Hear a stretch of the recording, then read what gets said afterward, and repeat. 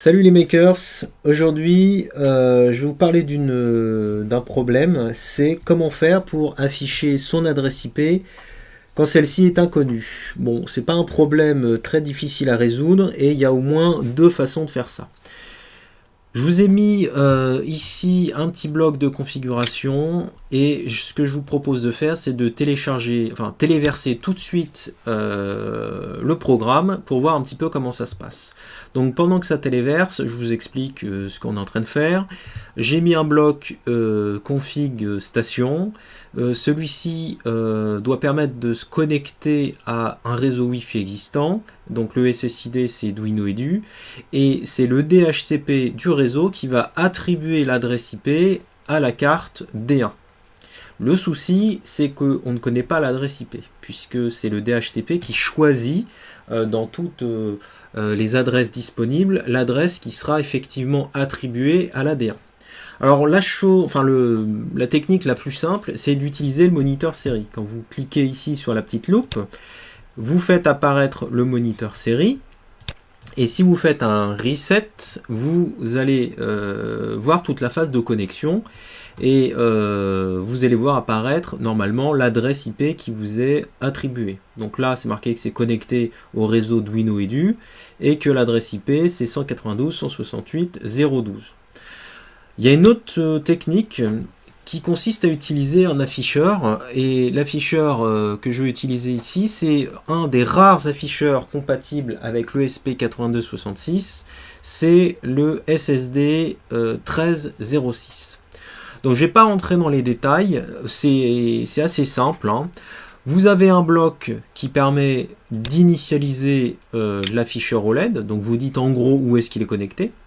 Et ensuite, vous allez utiliser ce jeu de blocs comme ceci pour afficher d'une part les SSID et d'autre part l'adresse IP.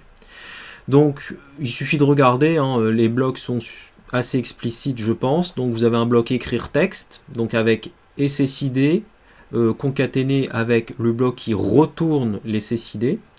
Et vous avez le même bloc qui utilise un bloc de concaténation où il y a IP, donc ça c'est du texte, et le bloc qui retourne l'adresse IP qui a été attribuée. Petite subtilité, il ne faut pas oublier de rajouter le bloc affiché pour que l'affichage soit effectif. Donc en gros, 1, on initialise le bloc, enfin l'afficheur, 2, on construit graphiquement ce qu'on veut, et à la fin, on utilise le bloc affiché. Donc là, je vais faire téléverser.